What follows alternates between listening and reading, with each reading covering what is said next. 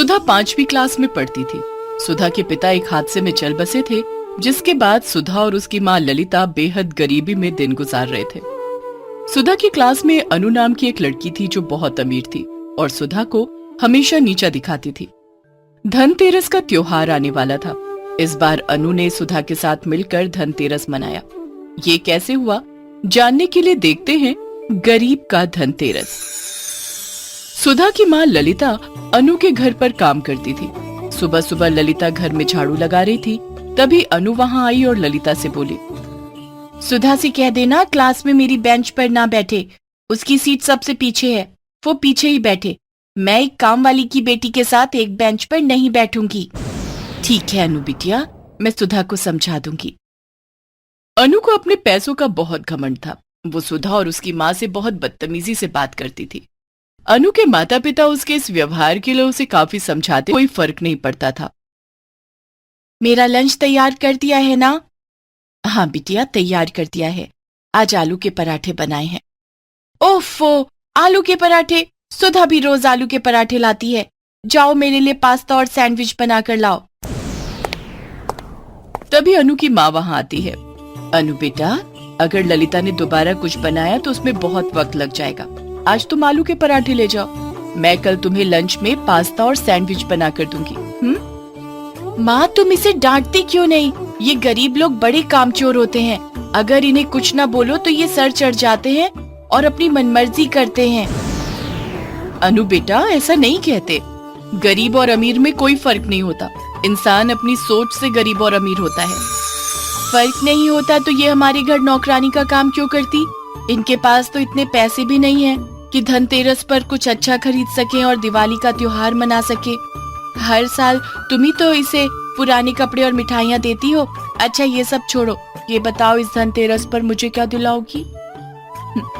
क्या चाहिए मेरी बिटिया को? मुझे सोने की अंगूठी चाहिए जिसमें हीरे जड़े हो।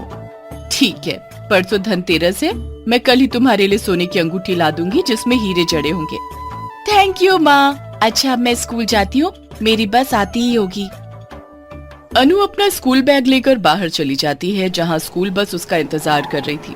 अनु बस में बैठकर स्कूल चली जाती है। वहीं सुधा रोज पैदल ही स्कूल जाया करती थी। सुधा जब स्कूल पहुंची तब अनु बस से उतर रही थी। अनु ने सुधा को आवाज लगाकर कहा, सुधा, मेरा बैग लेकर जा और क्लासरूम में मेरी सीट पर रख दे।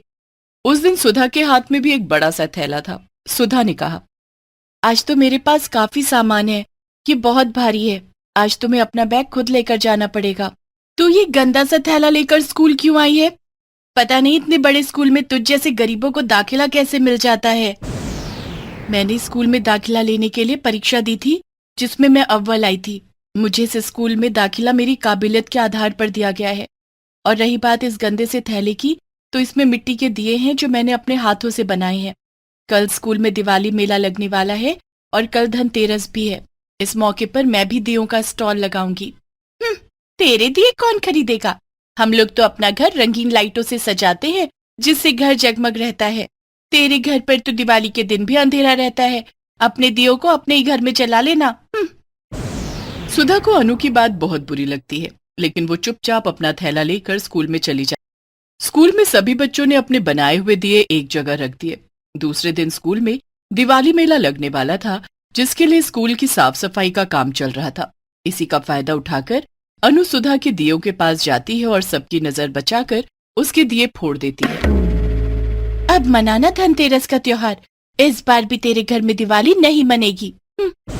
उस दिन शाम को जब अनु घर पहुंचती है तो उसके माता पिता उसके लिए सोने की अंगूठी लाए थे, जिसमें हीरा जड़ा हुआ था। अनु बेटा, देखो मैं तुम्हारे लिए क्या लाई हूँ। सोने की अंगूठी देखकर अनु खुशी से चहक उठती है और अंगूठी अपनी उंगली में पहन लेती है। अभी नहीं अनु बेटा, कल धनतेरस है, ये अंगूठी तुम कल पहन लेना। नहीं माँ, मुझे ये अंगूठी आज ही पहननी है। अनु अंगूठी पहनकर बहुत खुश थी। तभी उसके दिमाग में कुछ ख्याल आते हैं। उसने सुधा को परेशान करने के लिए एक योजना तैयार की। दूसरे दिन अनु सोने की हीरे जड़ी हुई अंगूठी पहनकर स्कूल जाती है। उस दिन सुधा पहले ही स्कूल पहुंच गई थी और दिवाली मेले में अपने दिए सजाने की तैयारी कर रही थी। लेकिन जैसे ही सुधा ने अपना दियों का थैला उठाया, उसने देखा उसके सारे दिए टूट गए थे।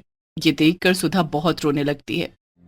तभी अनु उसके पास आती है और कहती है, ये देखो मेरी सोने की अंगूठी, इसमें हीरे भी जड़े हुए हैं। मेरे मम्मी पापा ने धनतेरस पर मुझे ये उपहार दिया है। सुधा रोते हुए कहती है, तुम बहुत खुश नसीब हो अनु कि तुम इतनी अमीर हो। मैं तो गरीब हूँ और शायद गरीब ही रहूंगी। सोचा था दिए बेचकर कुछ पैसे कमाऊंगी और माँ को दूंगी। इस बार हम भी दिवाली मनाएंगे, मिठाइयाँ और पटाखे खरीदेंगे, लेकिन मेरे सारे दिए न जाने कैसे टूट गए। मिट्टी के दिए हैं, ये तो टूट ही जाएंगे। मैं तुम्हारी मदद करती हूँ, आओ इन दियों को फिर से जोड़ते हैं। नहीं अनु, तुम रहने दो, ये दिए अब दोबारा नहीं जुड़ेंगे। इतना कहकर सुधा ने अनु का हाथ अपने दियों पर से हटा दिया। तभी अनु जोर से चिल्लाई, चोर चोर, मेरी सोने की अंगूठी चुरा ली। अनु की आवाज सुनकर वहाँ पर बच्चे और टीचर सभी जुट गए। अनु ने अपनी क्लास टीचर से कहा, मैम, सुधा ने मेरी सोने की अंगूठी चुरा ली है। मैं तो इसकी मदद करने गई थी, तभी इसने मेरी उंगली से मेरी अंगूठी उतार ली। आपको विश्वास ना हो तो इसका दियों का थैला चेक कर लो। दरअसल दिए समेटने का बहाना करते हुए अनु ने चुपके से अपनी अंगूठी उतार कर सुधा के थैले में रख दी थी। अनु के कहने पर टीचर ने सुधा का थैला चेक किया, जिसमें से अनु की सोने की अंगूठी मिली, जिसमें हीरे जड़े हुए थे।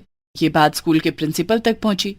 प्रिंसिपल ने सुधा को अपने कमरे में बुलाया और कहा, सुधा, मैं तुम्हें एक होनहार और ईमानदार लड़की समझती थी, लेकिन तुम तो चोर निकली।